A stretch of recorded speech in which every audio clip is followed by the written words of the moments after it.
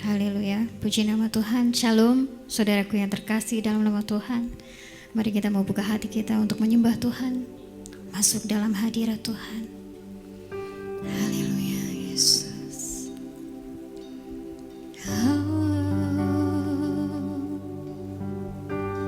Terima kasih Tuhan, terima kasih Yesus.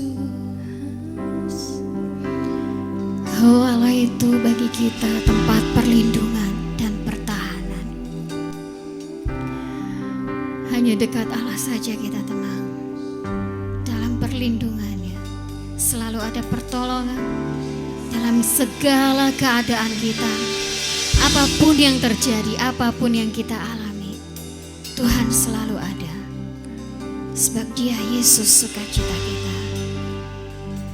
Oh Yesus, Engkau sukacita, Engkau sumber kekuatan. Haleluya. Oh Yesus, Yesus sukacitaku, Yesus kekuatanku, penolong dalam kesesakan. Kau sangat terbukti, Yesus sukacitaku, Yesus sukacitaku, Yesus kekuatanku. Engkau kekuatan kami Tuhan, penolong dalam kesesakan. Kau sangat terbukti, hatiku bersuka memuji nama-Mu, jiwaku bermegah, ku angkat tanganku, apapun yang terjadi dalam keadaanku. Sukacitaku hanya di dalam-Mu. Yesus sukacitaku, Yesus sukacitaku, Yesus kekuatanku, penolong dalam kesesakan. Kau sangat terbukti, Yesus sukacitaku, Yesus sukacitaku, Yesus kekuatanku, penolong dalam kesesakan. Kau sangat terbukti, hatiku bersuka memuji nama-Mu, jiwaku bermegah, ku angkat tanganku, apapun yang terjadi dalam keadaanku. Sukacitaku hanya di dalam-Mu, hatiku bersuka memuji nama-Mu, jiwaku bermegah. Kami angkat tangan kami Tuhan, apapun yang terjadi Tuhan, kami percaya Tuhan Kau selalu ada buat kami Tuhan. Haleluya. Oh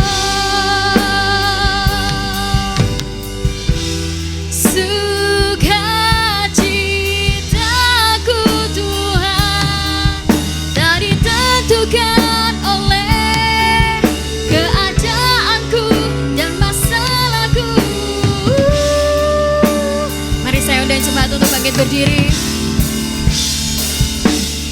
Hatiku bersuka memuji nama-Mu, jiwaku kami mengangkat tangan kami Tuhan, memuji memuliakan Kau Tuhan. Dalam keadaanku, sukacitaku. Sekali lagi katakan, yes Tuhan. Hatiku bersuka memuji nama-Mu, jiwaku bermegah. Ku angkat tanganku, apapun yang terjadi dalam keadaanku, sukacitaku hanya di dalam-Mu. Hatiku bersuka memuji nama-Mu, jiwaku bermegah. Haleluya. Apapun yang terjadi dalam keadaan kami Tuhan, hatiku bersuka memuji nama-Mu, jiwaku bermegah. Ku angkat tanganku, apapun yang terjadi dalam keadaanku, sukacitaku hanya di dalam-Mu. Katakan, apapun yang terjadi, apapun yang terjadi dalam keadaanku, sukacitaku hanya di dalam-Mu. Sekali lagi katakan, apapun yang terjadi, yes Tuhan, dalam keadaanku, sukacitaku hanya di dalam-Mu. Oh haleluya. Yesus, Engkau sumber sukacita kami, Engkau sumber kekuatan kami Tuhan. Terima kasih. Saat ini Bapa, kami datang karena kami rindu mencari hadirat-Mu Tuhan. Kau bertahta atas setiap puji-pujian kami Tuhan. Kami siap beribadah Tuhan. Terima kasih Tuhan, Kau sungguh baik, Kau sangat baik Tuhan. Di dalam nama Tuhan Yesus, semua kita yang mengasihi Tuhan sama-sama katakan amin. Haleluya. Beri kemuliaan bagi nama Tuhan. Puji nama Tuhan. Shalom. Shalom. Puji nama Tuhan. Seberapa banyak engkau yang bersuka cita, angkat tanganmu. Berikan kemuliaan bagi nama Tuhan. Haleluya. Mau menari bagi nama Tuhan. Kita mau berjoget, bergerak dan bersuka cita bersama Tuhan. Haleluya. Mari gerakkan tanganmu. Yes.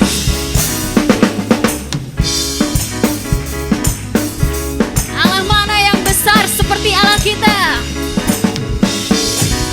Allah mana yang besar seperti Allah kita? Allah mana yang dahsyat seperti Allah kita? Dia kuat dan penuh kuasa, tiada Allah yang seperti Dia. Allah mana yang besar seperti Allah kita? Allah mana yang dahsyat seperti Allah kita?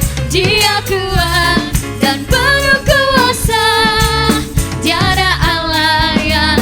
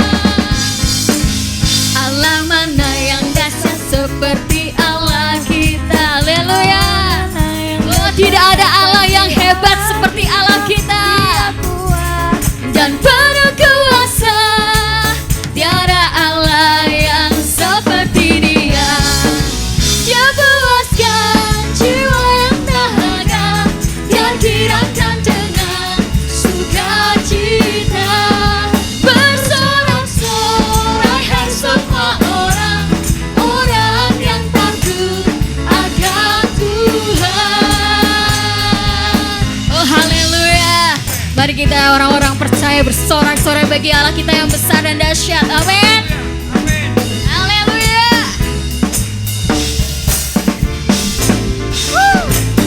Engkau hebat Tuhan. Kami mau terus menyukakan hati-Mu Tuhan.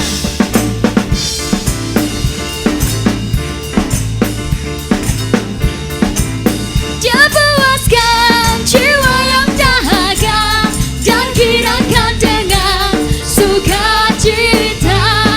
Bersorak-sorai hai semua orang yang takut akan Tuhan. Dia puaskan jiwa yang dahaga dan gerakkan dengan sukacita.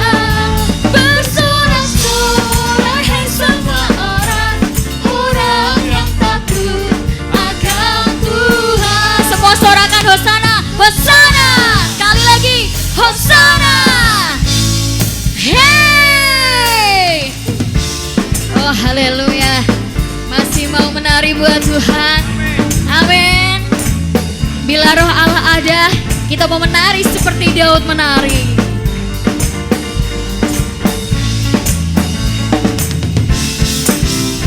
Bila roh Allah ada di dalamku, ku kan menari seperti Daud menari. Bila roh Allah ada di dalamku, ku kan menari seperti Daud menari. Menari, ku kan menari, ku kan menari, ku kan menari seperti Daud menari. Ku kan menari. Haleluya. Bila roh Allah ada, bila roh Allah ada di dalamku, ku kan menari seperti Daud menari.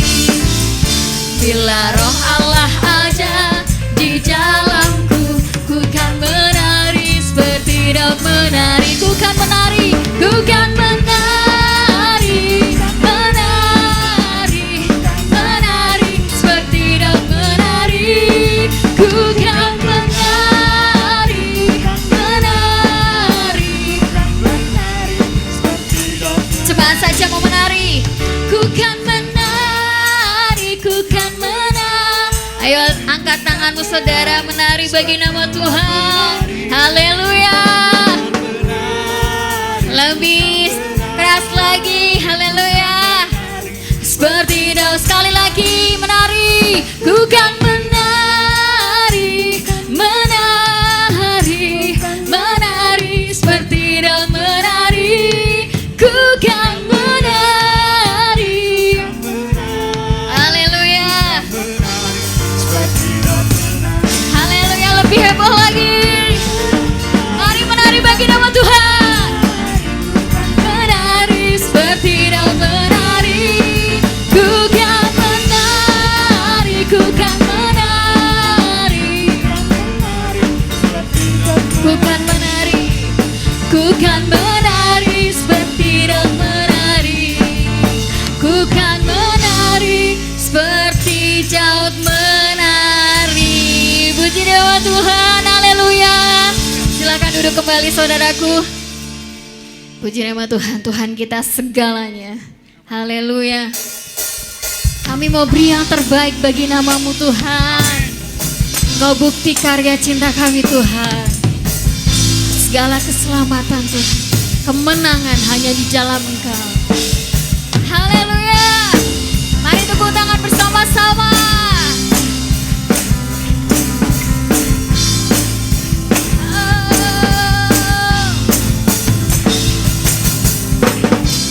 Ku naikkan syukur buat segala perbuatan-Mu dan kasih-Mu di dalam hidupku. Tiada terukur betapa besar kasih-Mu. Sungguh ku kagum akan Engkau, Yesus. Kaulah segalanya, lebih semua yang ada padaku. Yesus, Kaulah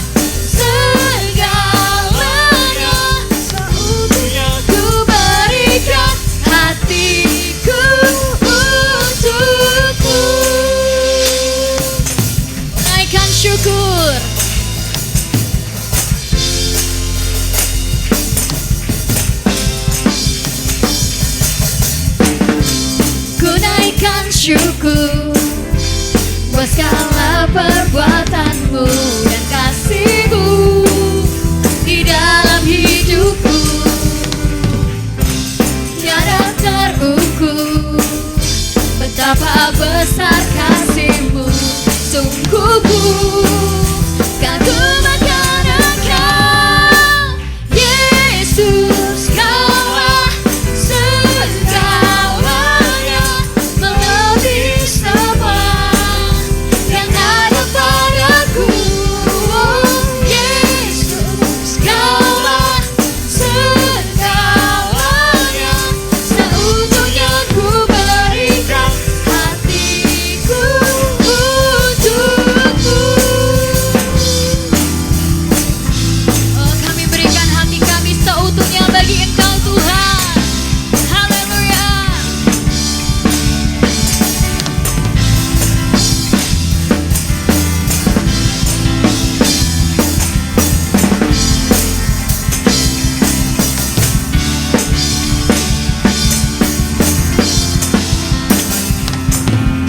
Yesus, Kaulah segalanya, melebihi semua yang ada padaku. Yesus, Kaulah segalanya, seutuhnya ku berikan hatiku untukmu. Yesus, Kaulah segalanya, melebihi semua yang ada padaku.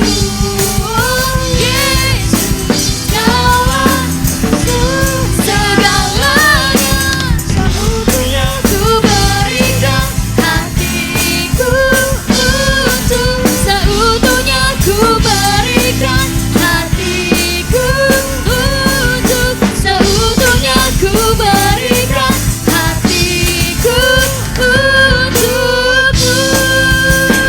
Haleluya, haleluya, Kau segalanya Tuhan. Terima kasih Tuhan. Oh, haleluya, haleluya, haleluya. Terima kasih Tuhan, Kau sungguh baik Tuhan. Haleluya, haleluya. Hanya Kau Tuhan, hanya Engkau tempat jawaban setiap perkara yang Kau izinkan dalam kehidupan kami Tuhan. Setiap persoalan yang ada, oh kami percaya Tuhan, Engkau sumber kekuatan dan pertolongan setiap kami. Saat ini kami mau datang Tuhan, kami mau menikmati tubuh dan darah-Mu Tuhan. Kami bersyukur Tuhan, Kau sudah memberikan hidup-Mu bagi kami Tuhan. Kau sudah menebus hati kami Tuhan. Terima kasih Yesus. Haleluya, haleluya. Mari saya undang untuk jemaat berdiri. Haleluya. Yes Tuhan, hanya Engkau Tuhan. Apapun Tuhan. Terima kasih Yesus.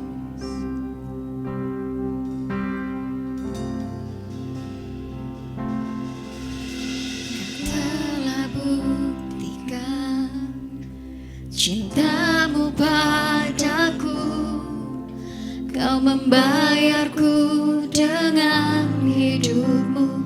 Ku bersyukur yang ada padaku, semuanya milik-Mu. Ku persembahkan seluruh hidupku di mezbah-Mu. Kau telah buktikan, Kau telah buktikan cinta-Mu padaku.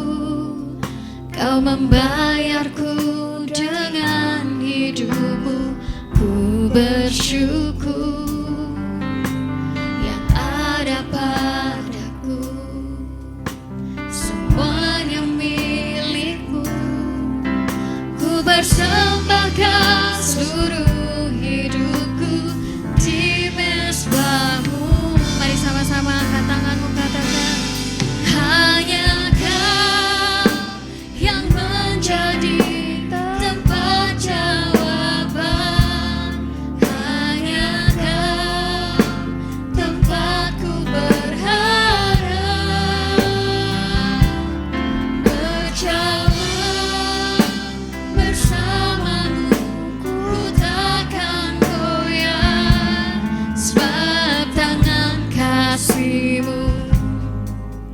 tersedia bagiku. Selamanya kau ku cinta. Hanya kau, hanya kau, hanya kau yang menjadi tempat jawaban. Hanya kau tempatku berharap. Berjalan bersamamu, ku takkan goyah, sebab tangan kasih-Mu tersedia bagiku. Selamanya kau ku cinta. Mari dengan iman katakan, hanya Tuhan Kau. Oh, hanya Kau yang menjadi tempat jawaban. Hanya Kau tempatku berharap.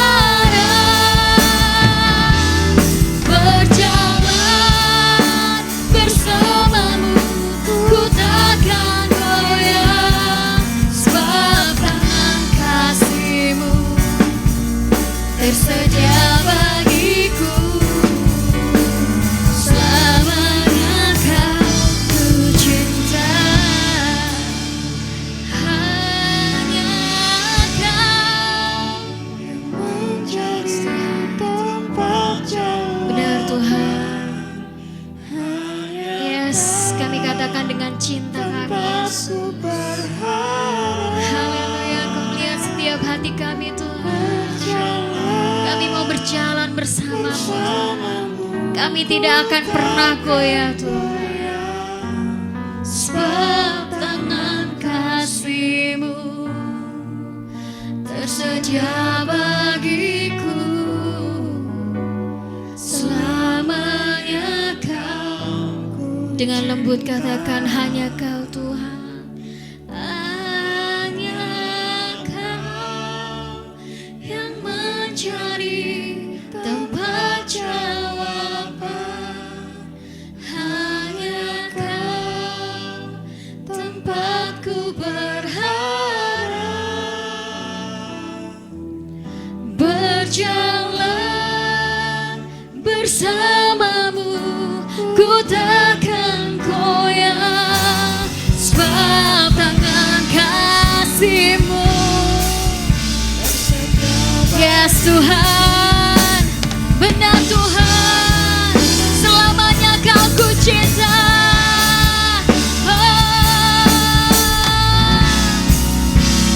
Hanya Kau yang menjadi tempat jawaban. Hanya Kau tempatku berharap. Berjalan bersamamu, ku takkan goyah, sebab tangan kasih-Mu tersedia bagiku. Selamanya Kau ku cinta, sebab tangan kasih-Mu tersedia bagiku. Selamanya Kau ku cinta, sebab tangan kasih-Mu, sebab tangan kasih-Mu tersedia bagiku. Selamanya Kau ku cinta.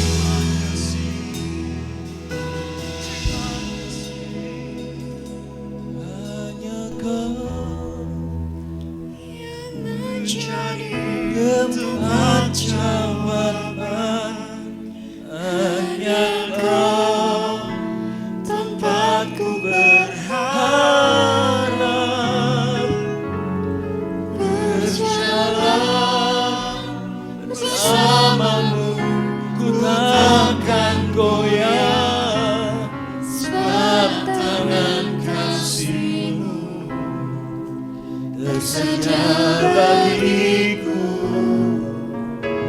Selamanya Kau ku cinta. Nyanyikan dengan hati. Hanya Kau yang menjadi tempat jawaban. Hanya Kau tempatku berharap.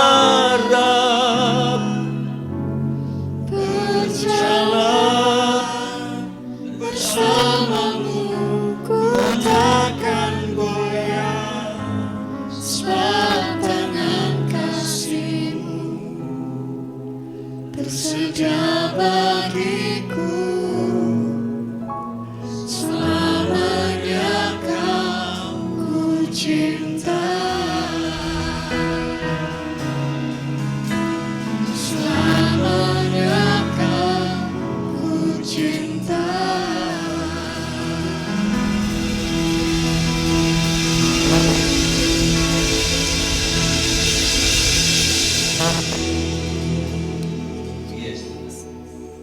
Hanya Engkau Tuhan yang selamanya ku cinta. Hanya Engkau yang selamanya menjadi sumber pengharapan kami Tuhan. Hanya oleh karena kasih-Mu Tuhan kami boleh ada sebagaimana kepada kami ada hari ini Tuhan. Kami butuh kasih-Mu Tuhan. Kami butuh mengasihi Engkau lebih lagi Tuhan. Terima kasih Bapa. Terus Tuhan beracara bagi setiap kami Tuhan. Urapi setiap kami. Bicara setiap kami sore malam ini Tuhan. Dan kami percaya Tuhan, ada hal yang luar biasa yang akan Kau kerjakan dalam kehidupan kami Tuhan. Sejauh mana kami meresponi kebenaran firman Tuhan. Berbicaralah Roh Kudus. Urapi hamba-Mu, urapi setiap telinga kami mendengar Tuhan. Di dalam nama Tuhan Yesus kita semua yang siap dengar firman Tuhan katakan sama-sama. Amin. Haleluya. Shalom saudara. Apa kabar? I'm so blessed. Ya, diberkati Tuhan. Kita sudah ada di hampir di penghujung ya, tahun ini. Ya, banyak hal yang kita bisa alami. Kita tahu bahwa hanya karena kasih Tuhanlah kita bisa ada sampai hari ini. Dan kalau kita akan menghadapi tahun depan, kita butuh kasih Tuhan. Amin. Sehingga kasih Tuhanlah yang membuat kita mampu untuk berjalan bersama-sama dengan Tuhan. Tema hari ini adalah kasihlah Tuhan Allahmu. Ya, kasihlah Tuhan Allahmu. Kita buka dalam Markus pasal 12 ayat 20. Ini hukum yang terutama dalam kehidupan kita. Markus 12 ayat 30. Markus 12 ayat 30. Kasihilah Tuhan Allah dengan segenap hatimu, dengan segenap jiwamu, dan dengan segenap akal budimu, dan dengan segenap kekuatanmu. Wow.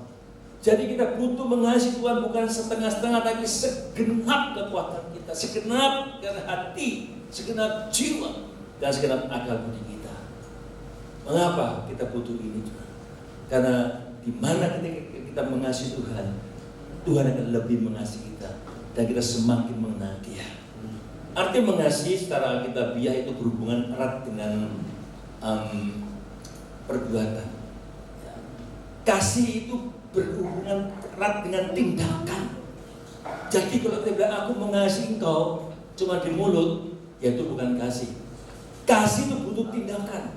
Ya, kasih butuh perlakuan, yaitu melakukan perintah-perintah Tuhan.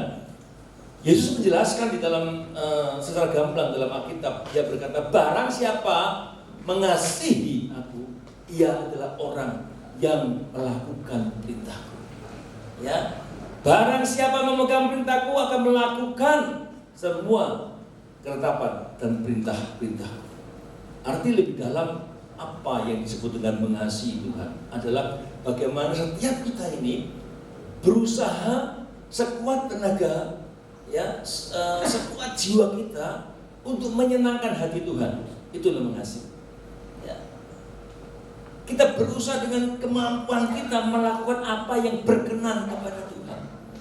Bapak Ibu suami istri, ya, kalau saling mengasihi, pasti ingin melakukan segala sesuatu untuk menyenangkan pasangannya, betul? Ya enggak? Ya.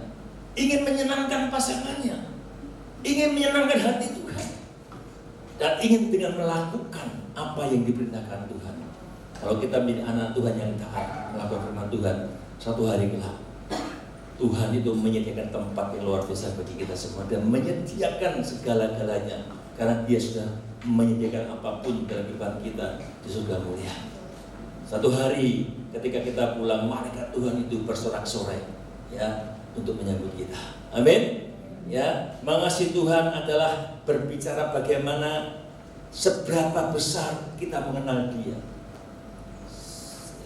sejauh mana ya, kita mengenal Dia. Maka ketika kita mengenal Dia, Tuhan akan mengenal kita. Amin. Makanya kita mau belajar. Tujuan khotbah sore hari ini saya ingin mengajak kita semua. Saya nggak bosan-bosan untuk terus berbicara ini. Tujuan khotbah kita dikenal Tuhan, bukan sekedar mengenal Tuhan. Ya, dikenal Tuhan. Bila ingin kita dikenal Tuhan, maka syarat yang harus dipenuhi di dalam 1 Korintus 8 ayat 3 dikatakan, bila kita ingin dikenal Tuhan, 1 Korintus 8 ayat 3 mengatakan, tetapi orang yang mengasihi Allah, ia dikenal oleh Allah. Mau dikenal Allah? Jelas katakan, kalau kita mau dikenal oleh Allah, berarti kita harus mengasihi Allah. Jelas katakan, kalau kita mau mengasihi Allah, orang yang mengasihi Allah, tandanya dikatakan melakukan setiap perintah Tuhan, itu mengasihi Allah. Saudara. Ada janji yang luar biasa bagi kita yang mengasihi Tuhan. Ada reward bagi kita. Saudara, dalam Amsal pasal 8 ayat 17 dikatakan, aku mengasihi orang yang mengasihi aku, dan orang yang tekun mencari aku akan mendapatkannya. Jadi kita gak akan bisa mendapatkan benar-benar Tuhan yang hakiki kalau kita gak tekun mencari Dia. Di dalam ayat 21 katakan, supaya aku wariskan harta kepada orang yang mengasihi aku, dan ku isi penuh perbendaharaan mereka. Wow, luar biasa. Mau dapat warisan surga?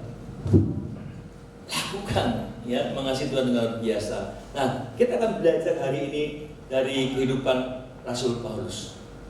Ya, saat Rasul Paulus ini mengenal Yesus, ya, mengenal Dia itu ketika Rasul Paulus mendapatkan, ya, perjumpaan, mengalami perjumpaan dengan Yesus, mengalami penampakan ketika dia berjalan menuju Damsyik.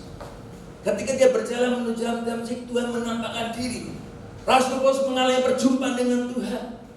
Sebelum ia berjumpa dengan Tuhan, ia merasa mengenal. Ia sudah mengenal Tuhan. Ia merasa, aku sudah mengenal Tuhan. Ada banyak orang yang cuma merasa. Rasul Paulus merasa mengenal Tuhan. Makanya dia menganggap semua orang-orang yang tidak percaya Taurat, semua orang yang mengikuti jalan Tuhan, itu bidat. Bagi Rasul Paulus, orang-orang yang mengikuti jalannya Tuhan itu bidat. Artinya orang yang mengikuti jalan yang sesat. Kelompok orang-orang yang mengikuti aliran yang tidak benar, berpandangan keliru, menyebuti mereka bidat. Tapi saat Paulus berjumpa dengan Yesus, ini luar biasa. Saat dia berjumpa dengan Yesus, hasratnya itu berubah. Keinginannya untuk bertumbuh dalam pengenalan akan Tuhan itu menjadi tujuan hidupnya. Yang tadinya dia merasa sudah kenal, tapi ternyata dia belum mengenal.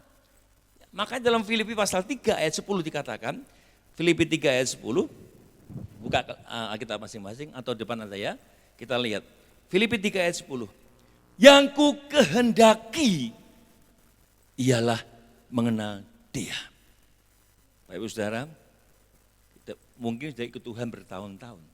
Apakah saudara dan saya sungguh-sungguh berkata, aku rindu mengenal Dia lagi. Yang ku kehendaki mengenal dia dan kuasa kebangkitannya dan persekutuan dalam penderitaannya, di mana aku menjadi serupa dengan dia dalam kematiannya. Jadi Rasul Paulus setelah dia mengalami Tuhan, dia ingin lebih lagi ya untuk mengenal Tuhan. Yang ku kehendaki mengenal dia dan kuasa kebangkitannya. Yang saya alami Bapak Saudara setelah mengalami pengenalan akan Kristus, mengalami perjumpaan dengan Tuhan, cara pandang saya berubah. Orang yang mengalami perjumpaan dengan Tuhan pasti mengalami cara pandang yang berubah. Yang dulunya duniawi, ketika dia mengalami Tuhan, dia rindu cari Tuhan, baca firman, cari Tuhan, kejar Tuhan. Maka ketika dia mengalami Tuhan, cara pandang yang tadinya duniawi menjadi hal-hal yang surgawi. Hal-hal yang dia dapatkan dalam Injil, itu yang dialami oleh Rasul Paulus. Makanya dalam Filipi 2 ayat 8, dia berkata demikian Bapak Saudara. Filipi 3 ayat 8, Filipi 3 ayat 8. Malahan segala sesuatu kuanggap rugi karena pengenalan akan Kristus Yesus. Gara-gara dia kenal Yesus, apa yang dia punya dianggap rugi. Malahan segala sesuatu kuanggap rugi karena pengenalan akan Kristus Yesus Tuhanku lebih mulia daripada semuanya. Jadi setelah dia ketemu dengan Yesus, apa yang dia miliki, dia katakan, aduh tuh, ngapain aku baru kenal Yesus hari ini. Enggak dulu-dulu, rugi aku. Dianggapnya rugi. Oleh karena dialah aku telah melepaskan semuanya itu. Dan menganggapnya sampah supaya aku memperoleh Kristus. Nanti saya akan terangkan ya saudara. Mengapa Rasul Paulus mau melepaskan semuanya dan menganggap itu semua sampah yang dia miliki? Karena dia ketemu dengan sumbernya. Amin. Dia ketemu dengan sumbernya, berani membuang semuanya. Jadi bagi saya ingat ketika Sakius itu mendapatkan mengalami perjumpaan dengan Tuhan. Ya. Ketika Sakius mengalami perjumpaan dengan Tuhan, dan Yesus berkata, "Hai Sakius turun, aku mau makan dan menumpang di rumahmu." Dia mengalami perjumpaan dengan Tuhan. Dan dia berkata apa? Hari ini, orang yang aku rugikan, aku kembalikan 4 kali lipat. Dan dari setengah daripada hartaku, aku berikan kepada orang miskin. Bangkrut enggak Bapak Saudara? Mungkin habis Saudara. Tapi kenapa seorang Sakius berani melakukan itu? Karena dia mengalami perjumpaan dengan sumber kehidupan. Dia enggak takut lagi. Karena dia ketemu sumbernya. Seringkali kita khawatir dalam hidup ini. Khawatir ini, khawatir itu. Jangan-jangan kita belum jumpa dengan sang sumber. Bapak Ibu Saudara, mengenal Kristus itu mengajarkan suatu pengenalan yang benar. Saya yakin dan saya terus ingatkan. Semua kita pasti ingin hidup dalam kekekalan. Amin. Hidup sekarang ini cuma sementara, enggak kekal. Ya. Kita ini manusia kekal. Dan hidup kekekalan itulah tujuan kita. Kalau saudara percaya ada surga, ada neraka, saudara harus yakin ini. Kita enggak cuma hidup di dunia ini sementara. 70 tahun, kalau kuat 80 tahun. Setelah itu apa? Tutup mata. Buka mata di mana? Di kekekalan. Di surga atau di neraka. Maka hidup saudara saya hari ini menentukan. Hidup yang singkat ini menentukan di mana nanti kita kekalnya. Di surga atau di neraka. Makanya ketika kita mau hidup dalam kekekalan di surga. Firman Tuhan katakan, Yohanes 17 ayat 3. Inilah hidup yang kekal. Jadi kalau kita mau mengalami hidup kekekalan di surga mulai yang tak terbatas waktu itu, enggak bisa dibatasi dengan waktu, keadaan enggak bisa, enggak ada yang bisa membatasinya. Kalau kita mau hidup dalam kekekalan dikatakan, inilah hidup yang kekal itu yaitu bahwa mereka harus mengenal Engkau Allah satu-satunya. Dan mengenal Yesus Kristus yang telah Engkau utus. Jadi jelas ini Bapak Saudara. Saya sering mengatakan ini ayatnya. Jadi kalau kita mau hidup dalam kekekalan, masuk surga mulia, ketemu dengan orang-orang yang kita kasih, yang sekarang mendahului kita lebih dahulu, saudara. Mereka sudah ada di Firdaus, dikumpulkan di sana. Kita harus hidup benar-benar mengenal siapa yang punya surga. Saya sering mengatakan ini, kenapa? Ini penting. Ya. Orang pengennya masuk surga, pengennya hidup dalam kekekalan surga mulia, tapi tidak kenal yang punya surga. Jelas katakan, kalau kita mau hidup dalam kekekalan, kita harus mengenal Engkau satu-satunya Allah yang benar dan mengenal Yesus Kristus yang telah Engkau utus. Hari ini kita belajar bagaimana kita mengenal dan dikenal Allah. Yang pertama, kita harus belajar dari Rasul Paulus. Dia katakan jangan hidup seperti orang yang tidak kenal Tuhan. Orang Kristen, tapi hidupnya lebih kacau dibanding orang dunia sana. Ibadah, tapi di luar sana hidupnya lebih enggak benar. Saudara. Makanya Rasul katakan, kalau kita mau mengenal dan dikenal oleh Allah, jangan hidup seperti orang yang enggak kenal Allah. Di dalam Efesus pasal 4, kita baca yang baca Alkitab. Buka Alkitab masing-masing. Efesus pasal 4.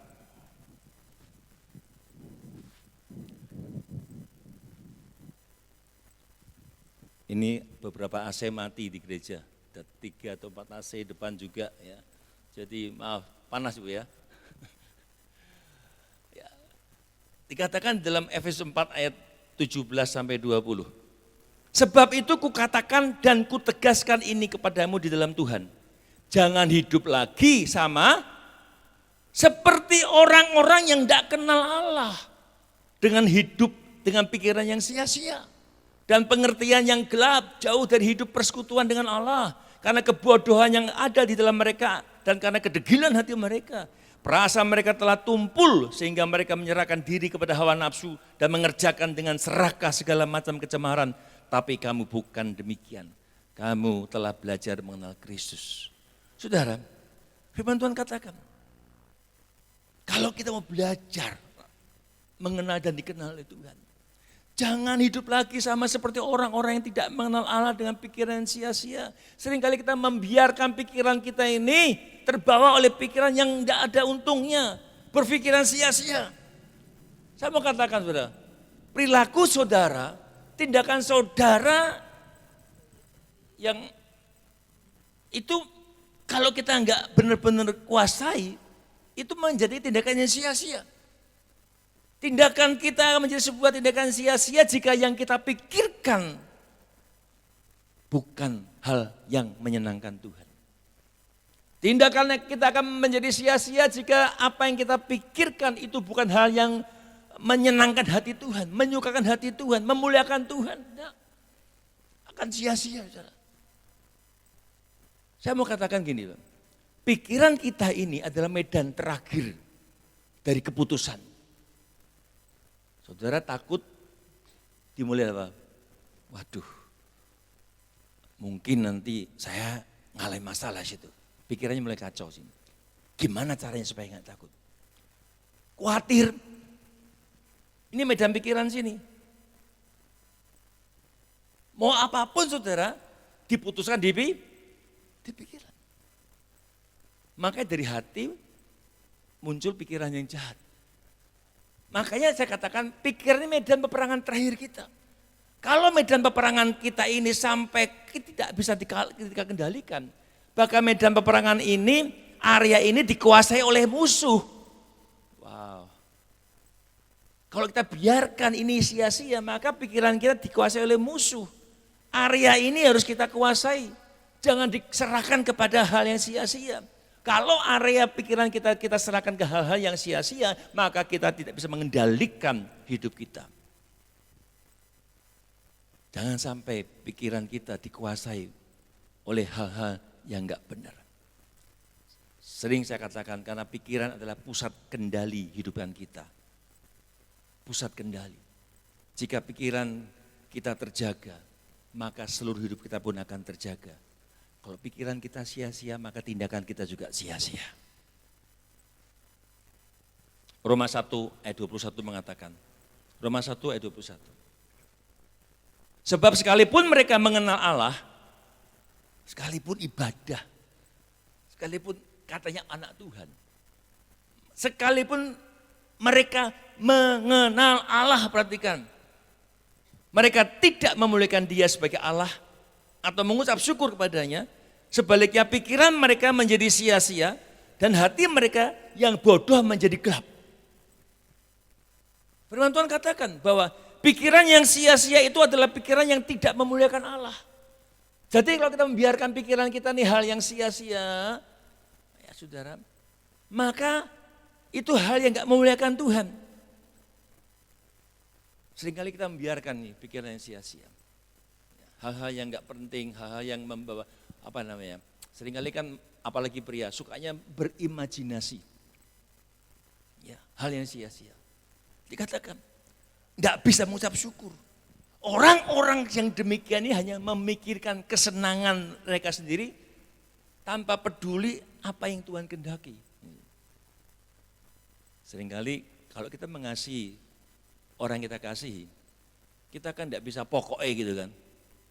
Suami istri kalau pokoknya gitu kan, yang satu kan tidak enak kan. Kalau kita mengasihi pasangan kita nggak bisa lagi memikirkan kesenangan kita. Kalau sudah menikah tuh nggak bisa, wah pokoknya aku nggak bisa lagi. Ya kan? Kecuali kalau masih single, ya kan? Nggak bisa memikirkan kesenangan sendiri tanpa memedulikan orang yang dikasihi.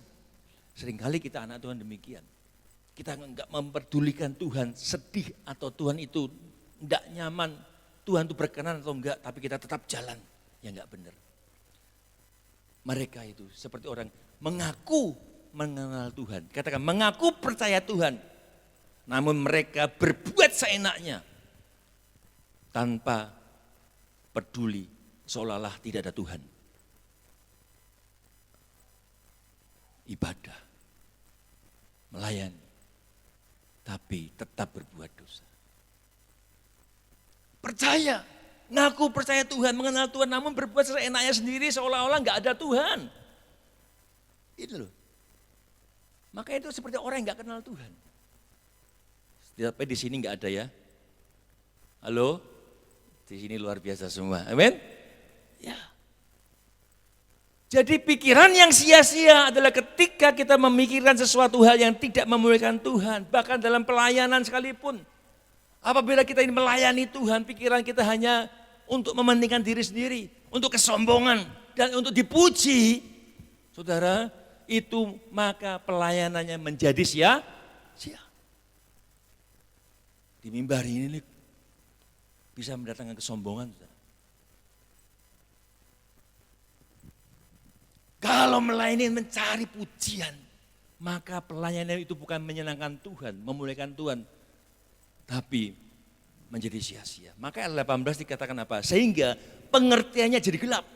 Jauh dari hidup persekutuan dengan Allah, walau terkesan melayani. Kelihatannya melayani. Ini kan bahaya, saudara.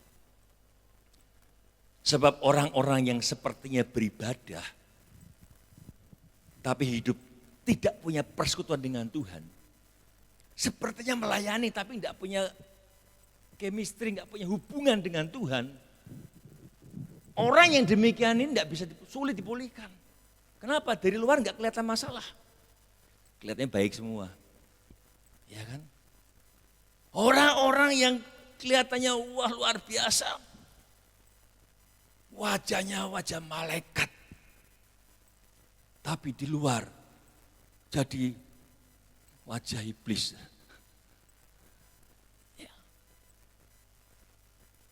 Orang yang seperti ini, saudara, hidup sepertinya di dalam Tuhan, tapi nggak punya persekutuan, nggak ada hubungan dengan Tuhan, nggak pernah berdoa sungguh-sungguh. Orang nggak bisa memulihkan. Kenapa? Dari luar orang nggak kelihatan baik-baik, sehingga orang sulit untuk mengingatkan dia, membawa dia kembali ke jalan yang benar. Tapi orang yang kelihatan salah, kelihatan berdosa, kita mudah mengarahkan dia. Paham gak saudara? Karena kelihatan. kalau yang ngumpetin di dalam nggak kelihatan, ya dia selamanya kalau nggak bertobat sendiri akan mati dalam dosa. Tapi justru orang yang kelihatan berbuat salah, kita ini teman bisa lihat, kamu kenapa? Ayo bangkit, ayo bertobat, saudara. Makanya 19 katakan apa? Karena kebodohan dan karena kedegilan hati mereka orang seperti itu, perasaan mereka menjadi tumpul, tidak peka lagi. Dikatakan perasaan mereka telah tumpul dengar suara Tuhan. Mereka tidak lagi bisa dengar suara Tuhan, tidak peka. Dinasihati ya. Ibadah amin. Di luar aman. Ya kan? Aman. Percuma, sia-sia. Mau hidup kekal di surga. Saudara, kekristenan itu bukan sekedar agama. Bukan. Tapi gaya hidup kita. Bagaimana kita menjalani hidup sama seperti Kristus. Makanya Rasulullah katakan, yang ku kendaki adalah mengenal Dia. Dan mau, katakan menderita bersama kematiannya. Kita mau menderita. Kalau kita mau menderita, kita akan dibangkitkan. Ada kuasa kebangkitan yang membangkitkan kehidupan kita. Saudara, makanya katakan saudara, orang demikian, perasaan mereka tumpul, gak peka lagi dengan Tuhan. Ibadah, tapi jatuh bangun dalam dosa terus. Gak bisa dielekkan. Sehingga mereka mudah jatuh dalam dosa, mudah menyerahkan diri kepada hawa nafsu dan segala macam kecemaran. Rasul Paulus mengingatkan kepada kita semua bahwa kita bukan demikian. Amin. Karena kamu telah belajar mengenal Kristus.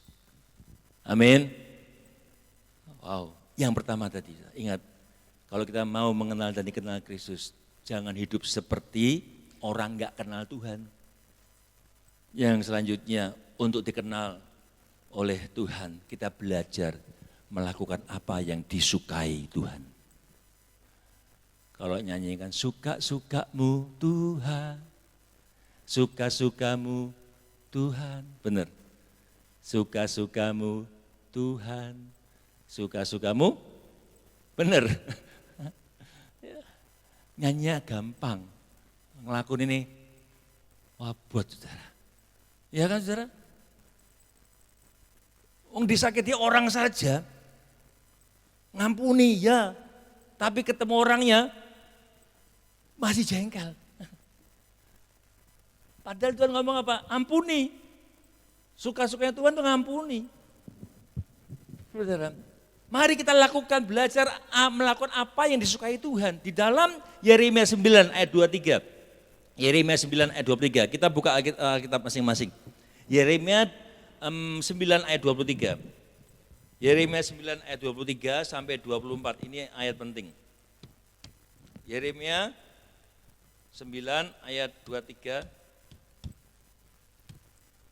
sampai 24.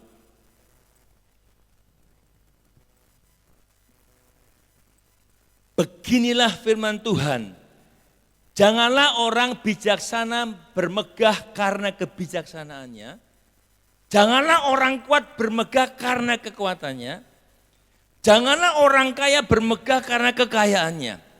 Tetapi siapa yang mau bermegah, baiklah ia bermegah karena berikut, bahwa ia memahami dan mengenal aku, bahwa akulah Tuhan yang menunjukkan kasih setia, keadilan dan kebenaran di bumi. Sungguh semuanya itu kusukai. Demikian firman Tuhan. Wow, saya ulangi ya. Tetapi siapa yang mau bermegah, baiklah bermegah karena yang berikut, bahwa ia memahami dan mengenal aku, bahwa akulah Tuhan yang menunjukkan belas kasihan. Sudah perhatikan, apa yang disukai Tuhan? Dikatakan, yang paling disukai Tuhan adalah kita memahami dan mengenal Tuhan. Ibu-ibu, suami istri, senang gak dipahami suaminya? Suami kadang nggak mau memahami. Ya kan? Iya. Kehidupan kita ini kan Tuhan dengan kita seperti ya hubungan mempelai. Dikatakan yang paling disukai Tuhan adalah ketika kita memahami dan mengenalnya. Sehingga kebijaksanaan, kekuatan, kekuasaan, dikatakan dan kekayaan yang dianugerahkan kepada kita, kepada manusia itu bukan lagi menjadi suatu kebanggaan. Yang dibanggakan adalah apa? Bahwa kita ini memahami dan mengenal Tuhan. Kebanggaan sejati kita itu ketika kita bisa memahami dan mengenal Tuhan. Kembali ya saya katakan tadi ya. Ini bagaimana caranya kita bisa masuk dalam kekekalan. Saudara. Ketika kita memahami dan mengenal Tuhan. Hasrat tertinggi kita bukan berfokus bagaimana Tuhan memberkati. Banyak orang Kristen salah. Kamu ibadah nanti kan diberkati Tuhan. Wow, saudara. Ayo ibadah nanti kan kamu kan utangmu dibayar Tuhan. Woi, jangan salah.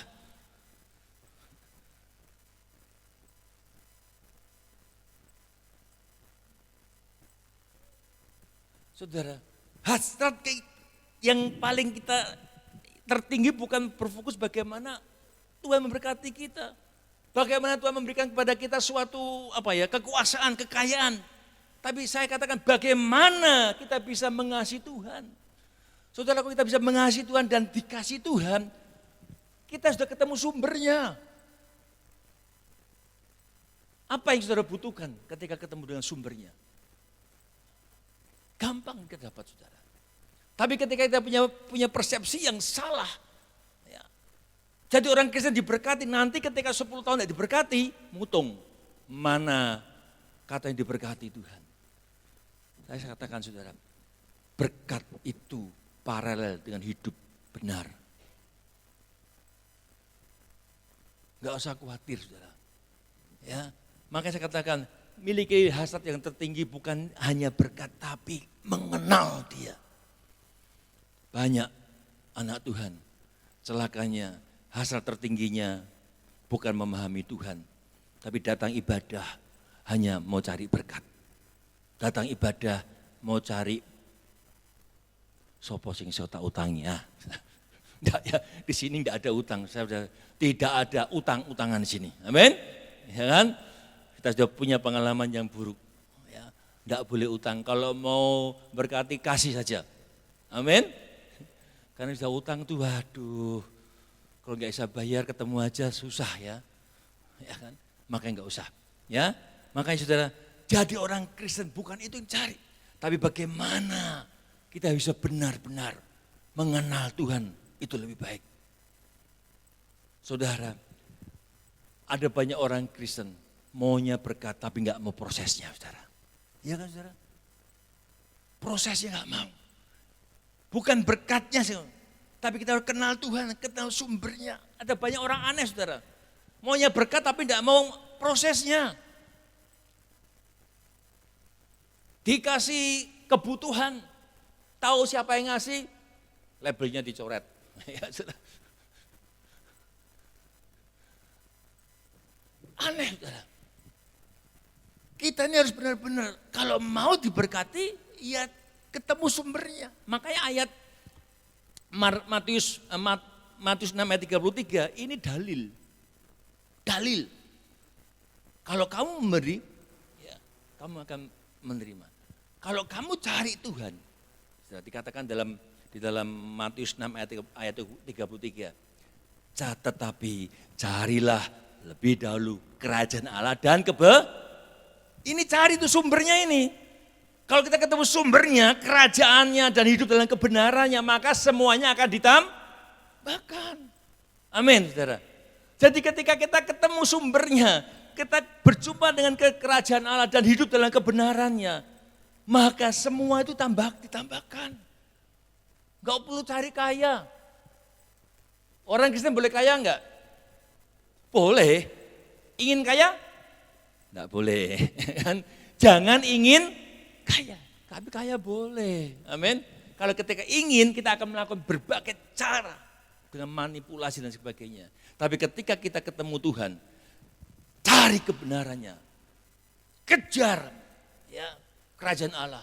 Dikatakan cari dahulu kerajaan Allah dan hidupi kebenaran, maka semua tambahkan.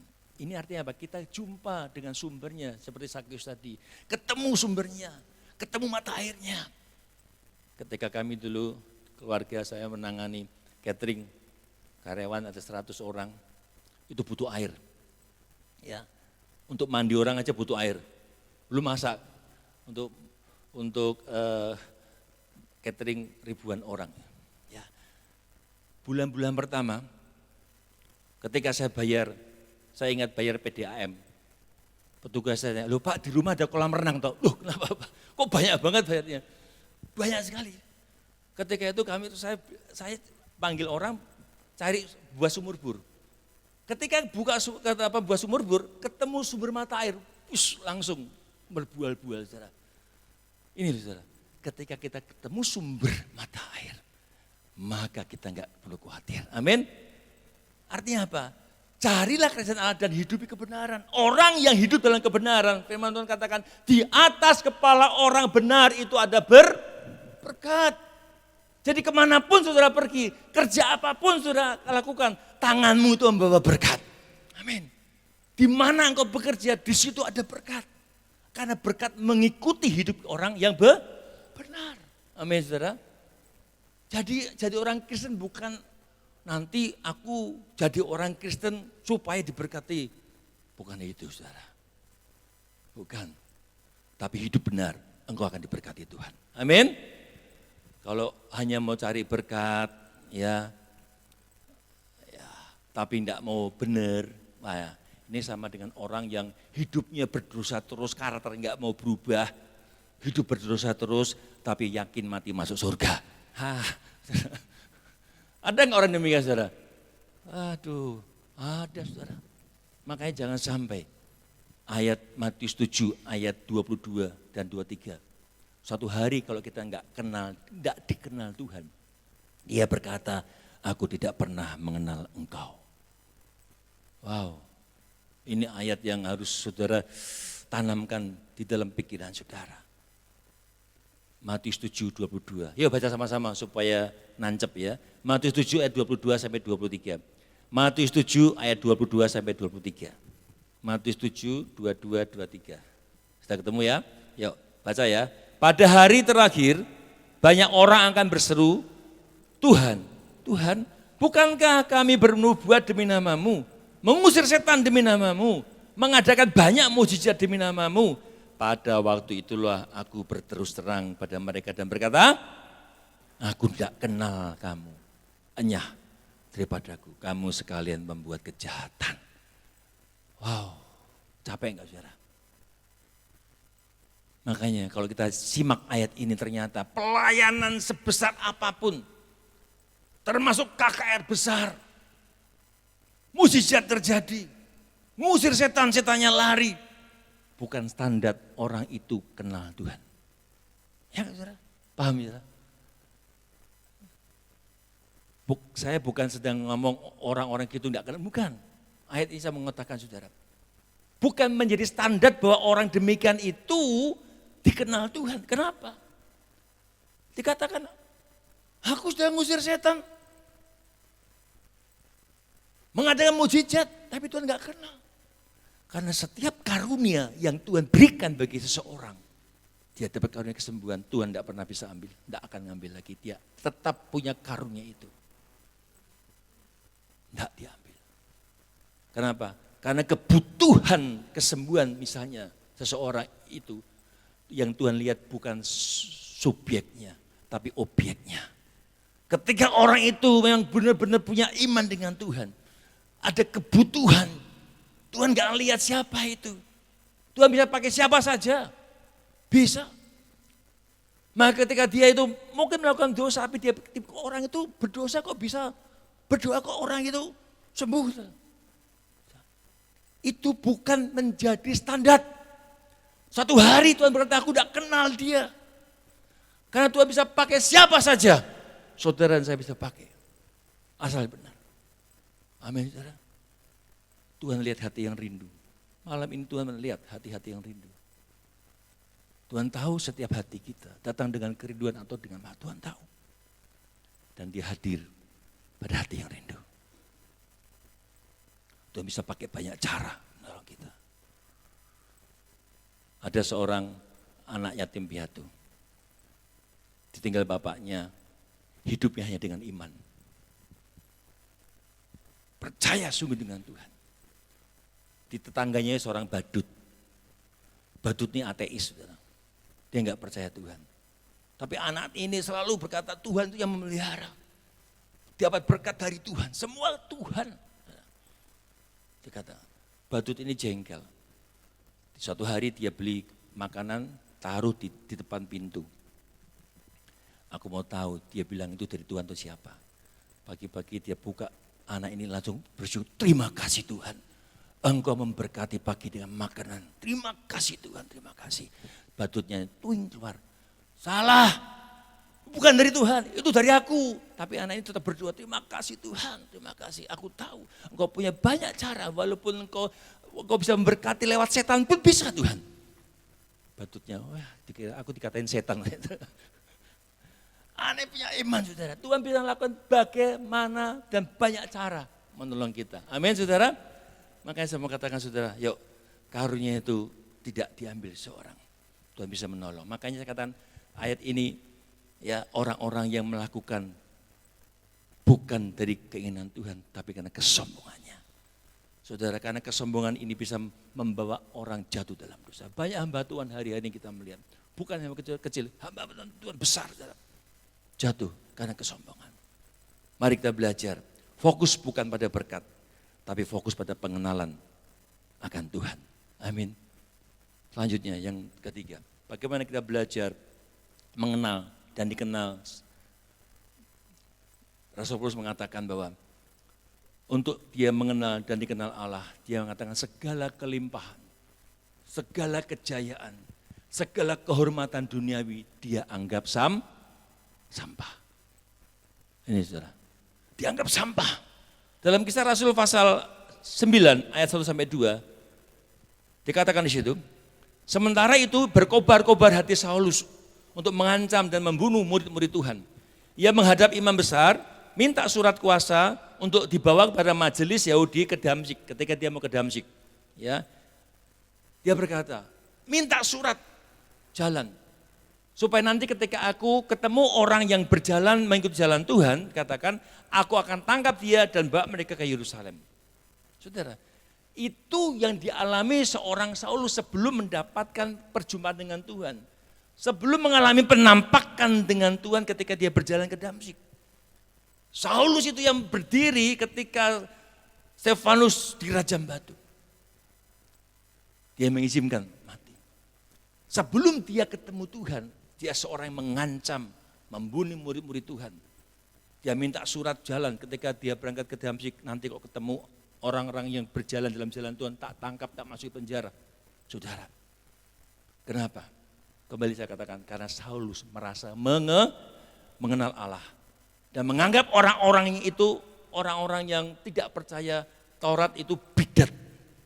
Ia merasa sah menangkap, membunuh murid Kristus.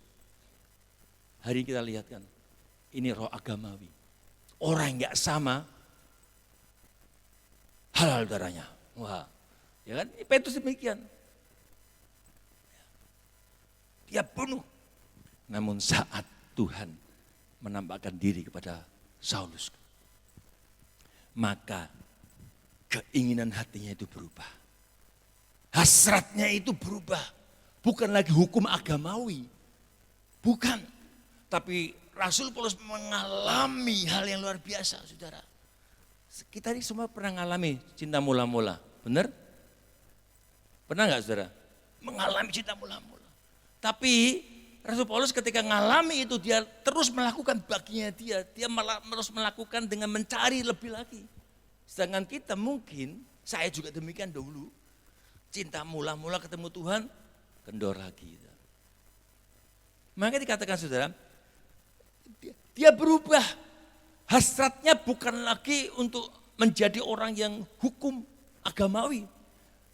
Rasul Paulus menangkap semua menganggap semua kemuliaan sebagai orang Farisi, seorang ahli agama, seorang yang terpandang, dan semua aktivitasnya adalah sampah dibandingkan pengenalan Tuhan. Kenapa? Di dalam Filipi 3 ayat 6 dia katakan tentang kegiatan, aku ini penganiaya jemaat, aku ini nganiaya jemaat.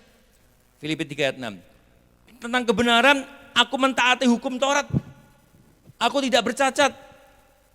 Tetapi ayat 7 katakan, apa yang dahulu merupakan keuntungan bagiku, sekarang kuanggap rugi karena Kristus. Malahan segala sesuatu kuanggap rugi karena pengenalan akan Kristus Yesus Tuhanku lebih mulia daripada semuanya. Oleh karena dialah aku telah melepaskan semuanya itu dan menganggap sampah supaya aku memperoleh Kristus. Jadi kalau kita masih memegang, merasa bahwa semua kebanggaan, semua karena aku, ya semua kekayaan, ya semua yang kita miliki, kita masih merasa itu kebanggaan kita. Dikatakan kita nggak bisa mengenal Tuhan, nggak bisa memperoleh Kristus. Makanya Rasul Paulus katakan ketika engkau mau mengenal Kristus dan dikenal oleh Tuhan, anggap semua itu sampah. Kenapa? Karena bisa ketemu, nih loh, semua itu sampah. Karena ketika ketemu sumbernya, maka apa yang kita butuhkan, semua yang kita miliki itu kita bisa dapatkan. Amin, saudara. Kita nggak bisa kalau kita mau cari, kalau mau dapat sesuatu yang baru, gelas ini kalau sudah penuh, bisa nggak diisi yang baru? Muntah, harus buang. Itu sampah, buang. Maka diisi yang baru. Amin. Sehingga hidup kita semakin hari semakin serupa Kristus. Mari jadikanlah pengenalan akan Kristus itu menjadi hasrat yang utama.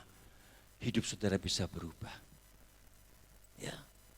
Hidup saudara bisa menjadi orang yang bisa, saya minggu lalu saya katakan, hidup ini seperti Injil yang terbuka.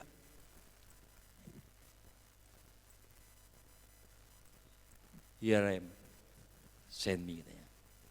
Ini aku utuslah dia. Ini temanya anak muda kemarin, saudara. Saudara bisa diutus kemanapun. Ketika engkau mengalami perjumpaan dengan Tuhan, hidupmu diubahkan. Amin. Hidup yang diubahkan itu menjadi surat yang terbuka. Di pasar, di dunia usaha saudara, di kantor saudara, jadi berkat, saudara. Ini yang Rasul Paulus mau. Makanya saya katakan ketika kita mengalami perjumpaan dengan Tuhan, kasih mula-mula itu saudara, itu bergairah. Yang dialami oleh Rasul Paulus saudara, ya, ketika dia mengalami perjumpaan dengan Tuhan, dia mengalami gairah yang luar biasa, dia jatuh cinta dengan Tuhan. Saudara pernah jatuh cinta? Gimana jatuh cinta? Jatuh cinta berjuta rasanya, apa indahnya ya. Pernah jatuh cinta? Suami istri pernah jatuh cinta? Hei, masih jatuh cinta? Jatuh cinta itu tiap hari, saudara. Amin. Jangan sudah nikah nggak jatuh cinta lagi, ya kan? Wes lali, bosen. Ya. Rasul Paulus jatuh cinta dengan Tuhan, dia bergairah. Ingat hubungan kita itu seperti dengan Tuhan itu kekasih, saudara. Ya, mengenal itu bahasa Yunani pakai menggunakan kata genosko, itu artinya hubungan intim, saudara. Ini saudara, gairah. Ya. Ketika kita ketemu dengan pasangan kita, ya mungkin dulu masih pacaran, ya kan, ya, rasanya dunia milik kita berdua, ya kan, yang lain kos. Ya kenapa? Ada gairah. Itu saudara, kita harus punya seperti itu. Rasul Paulus jatuh cinta dengan Tuhan. Maka semua prestasi yang menurut dunia terhormat bagi dia, kemuliaan yang dia miliki, dia seorang yang pandai, ahli hukum Taurat yang luar biasa, saudara. Tapi dia katakan itu sampah dibandingkan dengan Kristus. Sore ini kita belajar 3 hal. Bagaimana kita mengenal dan dikenal oleh Allah. Jangan hidup lagi sama seperti orang yang gak kenal Tuhan, saudara. Saudara orang kenal Tuhan, amin. Ayo, dimanapun saudara berada, tunjukkan, ini loh surat yang terbuka. Ada Kristus dalam hidupku, orang bisa melihat hidup saudara. Jangan sampai kita memalukan nama Tuhan. Jangan sampai kita baca di koran, Paulus nyolong pitik, Lukas ketangkep KPK. Aduh, malu saudara, ya kan? Mari kita belajar. Yang kedua, mari kita lakukan apa yang disukai itu. Saudara mau dikenal Tuhan, lakukan apa yang dia senengin. Saudara menjaga hubungan baik dengan pasangan hidupmu, lakukan apa yang dia sukai. Coba kalau dilanggar terus, wah suruh tidur di luar. Saudara. Ya kan? Ya, saudara, mari lebih lagi ya untuk mengenal dan dikenal Tuhan. Buang semua yang enggak berarti, yang sampah itu supaya ketemu Tuhan. Apa yang menghambat kita ketemu Tuhan? Kita masih merasa sayang untuk meninggalkan hal-hal yang aduh yang ini janganlah. Ini sayang. Ini enggak mungkin. Tak akui. Nah, lepaskan semua. Dan yang terakhir penting. Yang penting malam ini saudara harus kerjakan, tanya dalam diri saudara masing-masing sekarang. Apakah aku dikenal Tuhan? Coba saudara merenung, kontemplasi sebentar. Merenung. Apakah aku dikenal Tuhan? Tadi, kalau kita mau dikenal Tuhan, kita harus belajar melakukan perintah Tuhan. Apakah aku dikenal Tuhan? Saudara, Yohanes 10 ayat 4 mengatakan, Akulah gembala yang baik. Aku mengenal domba-dombaku dan domba-dombaku mengenal aku. Domba-domba itu mengenal gembalanya. Kita punya gembala agung. Saudara nanti coba search di YouTube, saudara. Domba itu mengenal suara gembalanya, saudara. Ya, bisa suitan, dia bisa teriak-teriak dengan kata-kata, saudara. Itu gembala itu kalau di Israel kan padang gembalaan itu luas, saudara. Ya, domba itu bisa berbaur dengan gembala masing-masing. Tapi ketika mereka mau pulang ke kandang, saudara, itu luar biasa. Domba itu bisa dengar suara gembalanya. Dengar, dia enggak tercampur dengan gembala yang lain, saudara. Kenapa? Karena gembala dan domba itu berinteraksi. Dia berbulan-bulan loh gembala itu dengan dombanya. Saudara ingat kita Yusuf. Yusuf itu disuruh nyari kakaknya yang ngembalain domba. Kemana jauh, saudara, cari makan untuk rumput jauh. Habis pindah lagi. Berbulan-bulan dia di tempat lain. Mungkin 70% dia ada di luar rumah. 30%-nya kembali pulang. 70% hidupnya itu dengan domba. Ngerti bahasa domba. Ya, itu gembala. Kalau saudara mau dengar suara Tuhan, mau dengar suara gembala, dekat dengan dia. Amin. Banyak hubungan dengan Tuhan. Banyak baca Alkitab. Supaya telinga kita peka. Kalau enggak pekok nanti. Ya, dengar Tuhan. Supaya apa? Tuhan ngomong kita dengar. Jangan sampai Tuhan tegur kita, jangan, itu dosa, jangan, tetap lakukan. Itu tidak peka. Banyak orang demikian di sana. Mungkin banyak. Saudara, mari kita belajar mengenal Tuhan. Seperti domba mengenal suara gembala. Dua bagian yang perlu kita miliki dalam mengiring Tuhan, mengenal Tuhan dan dikenal Tuhan. Mengenal Tuhan itu berbeda dengan kenal Tuhan. Mengenal benar ya, bukan cuma tahu ya. Kita butuh mengenal Tuhan. Tapi beda dengan kenal Tuhan.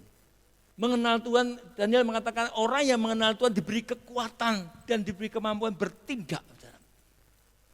Tapi lebih mulia ketika kita ini dikenal Tuhan. Kenapa? Karena dikenal itu merupakan sebuah keputusan, pengakuan. Pengakuan dari Tuhan, aku kenal dia. Saudara, ketika saya ngomong sama seseorang, kamu tahu enggak? Aku kenal satu nama. Orang itu luar biasa. Aku kenal dia, namanya Giat. Oh, kenal aku sama Giat, kenal. Itu suatu pengakuan. Lihatnya ini orang yang ganteng, tubuhnya gede, kuat ya kan? Rajin ibadah ya. Itu pengakuan saudara. Ini loh, dikenal Tuhan, kita diakui. Jangan sampai kita merasa aman-aman saja padahal kita enggak dikenal Tuhan saudara. Makanya saudara saya mau katakan, mari kita belajar. Dikenal Tuhan itu suatu pengakuan. Di dalam 2 Timotius pasal 2 ayat 19 ayat terakhir ya.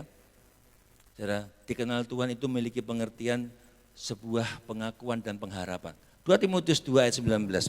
Tetapi dasar yang diletakkan Allah itu teguh dan meterainya ialah Tuhan mengenal siapa kepunyaannya. Tuhan mengenal siapa ini suatu pengakuan. Dan setiap orang yang menyebut nama Tuhan, hendaklah ia meninggalkan kejahatan. Jadi katakan ini sebuah pernyataan yang sangat luar biasa yang berasal dari Tuhan. Dikatakan ayat ini menjelaskan suatu keadaan yang didapatkan dari seseorang untuk mendapatkan pengakuan daripada Tuhan ketika apa? Ketika ia meninggalkan kejahatan, meninggalkan dosa, menjalani kehidupan yang kudus. Dikatakan aku mengenal dia. Tuhan mengenal siapa kepunyaannya adalah orang-orang yang meninggalkan kejahatan. Mau dikenal Tuhan. Pengakuan dari Tuhan itu akan hilang ketika kita hidup dalam dosa. Saulus ditinggalkan Tuhan ketika dia enggak taat. Pengakuannya hilang. Aku sudah menemukan penggantimu. Saudara. Kita belajar hari ini, saudara.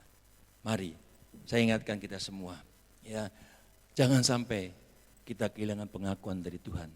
Jangan sampai kita sudah ibadah dari muda, dari bayi mungkin dari kecil sampai tua, sampai rambut putih.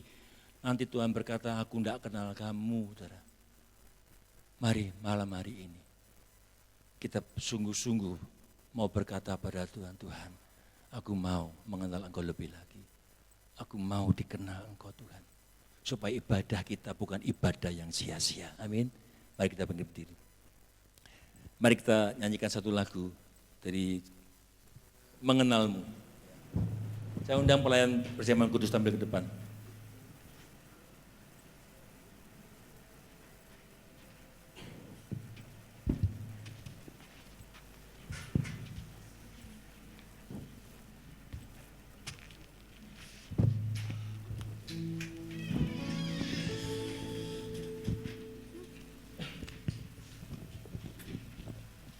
Mari kita berdiri. Mengenalmu.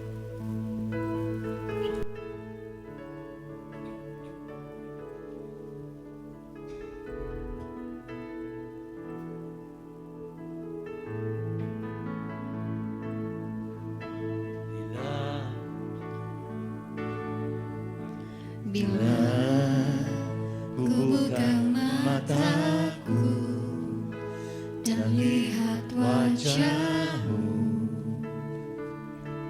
Ku terkagum. Bila ku lihat hidupku dan karya tanganmu, Ku tersanjung karena semua yang baik dalam hidupku itulah karyamu. Kau beri kesempatan yang baru dan ku ingin mengenalmu Tuhan lebih dalam dari semua yang ku kenal. Tiada kasih yang melebihimu. Ku ada untuk menjadi penyembahmu.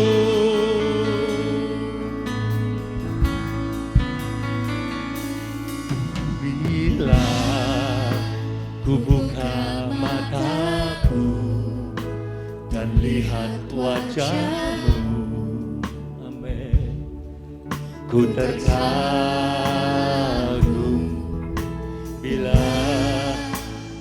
melihat hidupku dan karya tanganmu, ku tersanjung karena semua yang baik dalam hidupku, itulah karyamu. Kau beri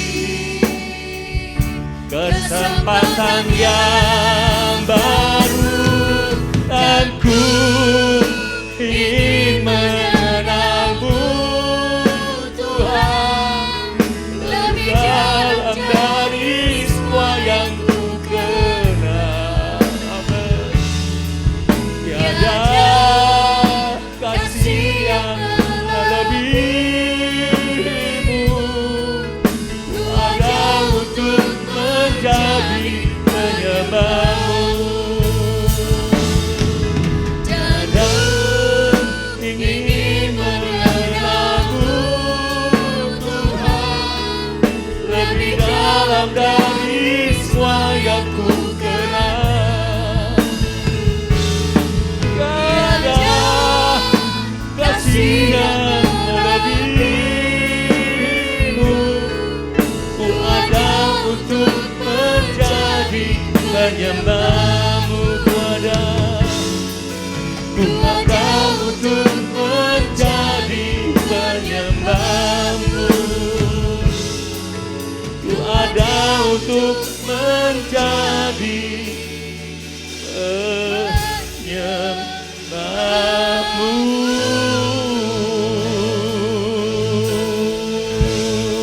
Haleluya, haleluya Yesus.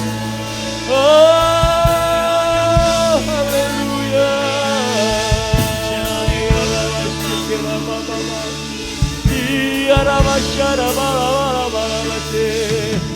Jesus, Jesus, Jesus. Yes,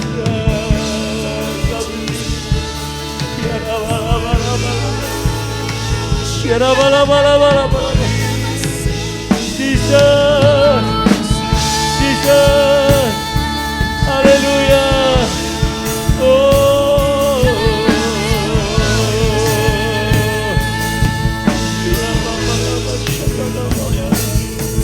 terima kasih Tuhan.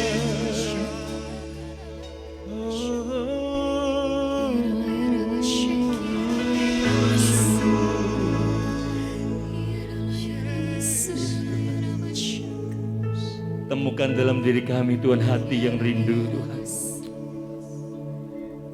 Temukan dalam setiap pribadi kami malam ini hati yang rindu mengenal Engkau lebih lagi Tuhan. Yang ku kendaki mengenal Engkau Tuhan. Itu yang terutama dalam hidup kami Tuhan. Sia-sia kami memiliki segalanya di dunia ini apapun itu, kalau kami tidak kenal Engkau Sang Pemilik surga. Sia-sia dengan apa yang kami miliki hari ini, ketika kami tidak mengerti apa yang menjadi kehendak-Mu Tuhan. Kami tidak memahami Engkau. Kami sering mendukakan Engkau. Malam hari ini Roh Kudus menelisik setiap hati masing-masing. Karena tidak ada yang tersembunyi di hadapan Tuhan. Seberapa jauh Engkau ingin diubahkan Tuhan, seberapa rindu Engkau ingin diubahkan oleh Tuhan, sejauh itu pula Tuhan akan intervensi di hidupmu. Tuhan bukan pemaksa, tapi Tuhan ingin kita membuka hati. Buka hati. Jangan jadi orang Kristen yang biasa-biasa dari tahun ke tahun. Mari akhiri tahun ini dengan perubahan yang mendasar. Dengan hidup yang beres dengan Tuhan. Datang pada Tuhan.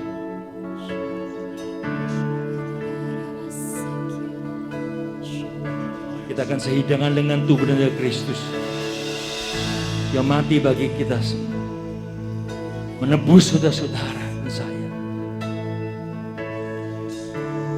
Dalam malam hari ini, perjamuan kudus ini mendatangkan berkat buat kita semua. Ada kuasa dalam perjamuan kudus. Ada mujizat dalam perjamuan kudus. Ada darah Kristus yang berkuasa. Ada tubuh yang dicapik-capik. Bilur-bilurnya menyembuhkan, memulihkan. Bagi hati yang mau terbuka. Lembutkan hati saudara. Jangan sia-siakan nafas hidup engkau. Kalau engkau hari ini masih bisa bernafas, engkau bisa menarik satu nafas sekali. Itu kesempatan engkau bertobat. Kita nggak tahu kapan kita bisa menarik nafas lagi dengan sempurna. Kalau hari ini kita masih bisa sehat, masih bisa bernafas dengan baik, itu kesempatan buat kita untuk lebih lagi mencari Tuhan. Tuhan, kuduskan ketul roti dan cawan. Kuduskan kami pelayan Tuhan.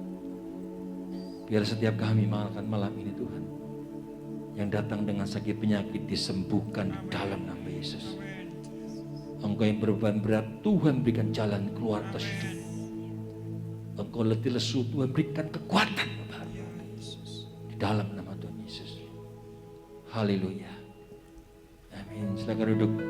Bila ku buka mataku dan lihat wajahmu, ku terkagum. Bila ku lihat hidupku dan karya tanganmu, ku tersanjung karena semua yang baik dalam hidupku, itulah karyamu. Kesempatan yang baru dan ku ingin mengenalmu Tuhan lebih dalam dari semua yang ku kenal. Tiada kasih yang melebihimu, ku ada untuk menjadi penyembahmu.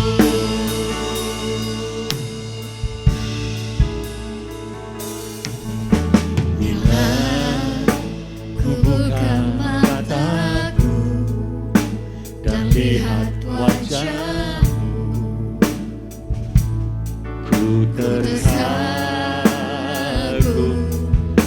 Bila ku lihat hidupku, amin, dan karya tanganmu, ku tersanjung karena semua yang baik dalam hidupku, itu karenamu Tuhan. Itulah karyamu. Kau beri kesempatan yang baru dan ku ingin mengenalmu Tuhan lebih dalam dari semua yang ku kenal. Tiada kasih yang melebihimu, ku ada untuk menjadi penyembah. Mari kita bangkit berdiri. Dan ku ingin mengenalmu Tuhan lebih dalam dari semua yang ku kenal.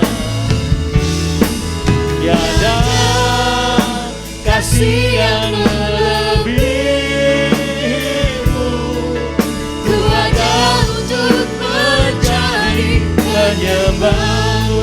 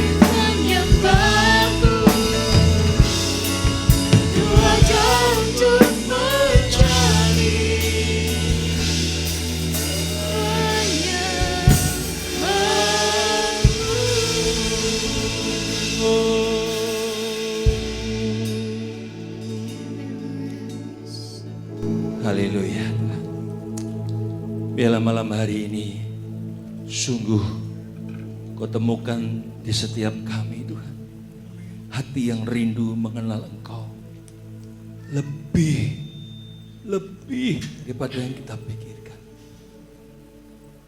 Tuhan, ampuni kesalahan, ampuni pelanggaran kami Tuhan.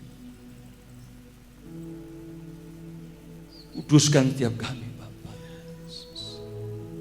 Kami rindu Tuhan, perjamuan kudus ini, setiap keturunan cawan anggur ini boleh mendatangkan mujizat, mendatangkan berkat bagi setiap kami. Malam hari ini bereskan hidup saudara dengan Tuhan. Sehingga apa yang kita lakukan, perjamuan kudus ini benar-benar mendatangkan berkat bagi setiap kami. Tuhan, kuduskan setiap keturunan cawan anggur ini Bapa. Kuduskan setiap kami Bapa. Dan kami percaya Engkau Allah yang Maha Pengampun dan Pengasih.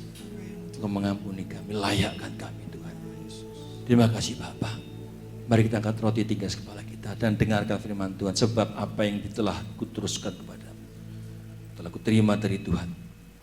Itu bahwa Tuhan Yesus pada waktu malam ia diserahkan, dia mengambil roti dan sesudah itu mengucap syukur atasnya. Ia memecah-mecahkannya dan berkata, inilah tubuhku yang diserahkan bagi kamu, perbuatlah menjadi peringatan akan daku. Bapak Saudara, bukankah roti yang kita pecah-pecahkan ini ada persekutuan dengan tubuh Kristus? Haleluya, mari kita makan dalam nama Yesus.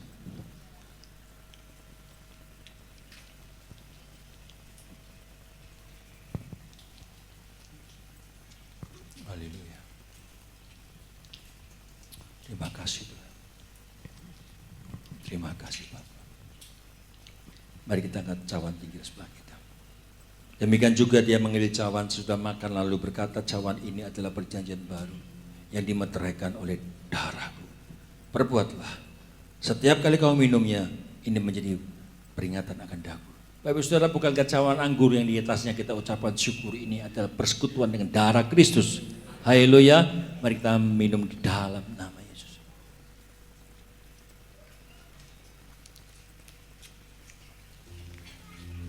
Naikkan syukurmu. Terima kasih Tuhan. Terima kasih. Terima kasih Tuhan. Terima kasih buat pengorbananmu. Terima kasih buat anugerah terbesar. Terima kasih. Terima kasih Tuhan. Ya, darah Yesus memulihkan. Darah Yesus memulihkan. Haleluya. Oh. Haleluya. Terima kasih. Terima kasih buat anugerah-Mu Tuhan. Terima kasih buat pengorbananmu. Oh, haleluya. Terima kasih Tuhan.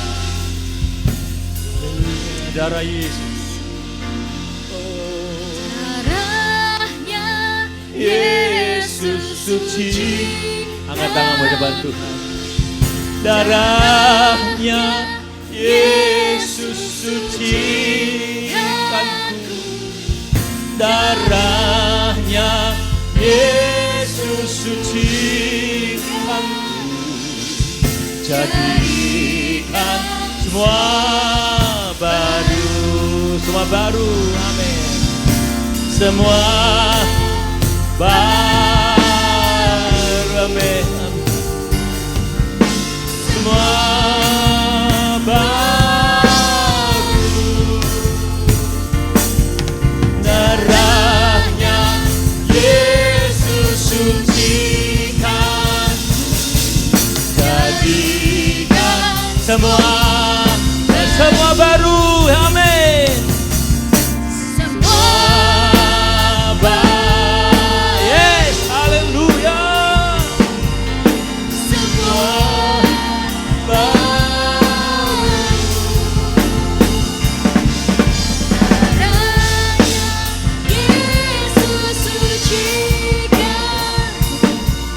jadikan semua baru, jadikan Jadikan semua baru, jadikan semua baru, jadikan semua baru. Haleluya.